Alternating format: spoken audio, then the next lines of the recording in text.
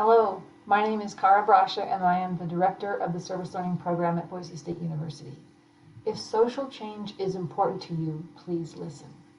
Students want and need to see how their learning relates to their world and to their lives. With service learning, students are gaining hands-on learning by doing their class projects with community nonprofit organizations.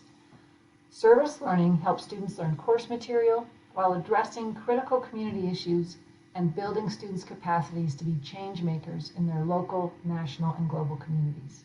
Right now, in service learning classes, students are working on critical issues like public health, food security, housing security, renewable energy, human rights, and refugee resettlement.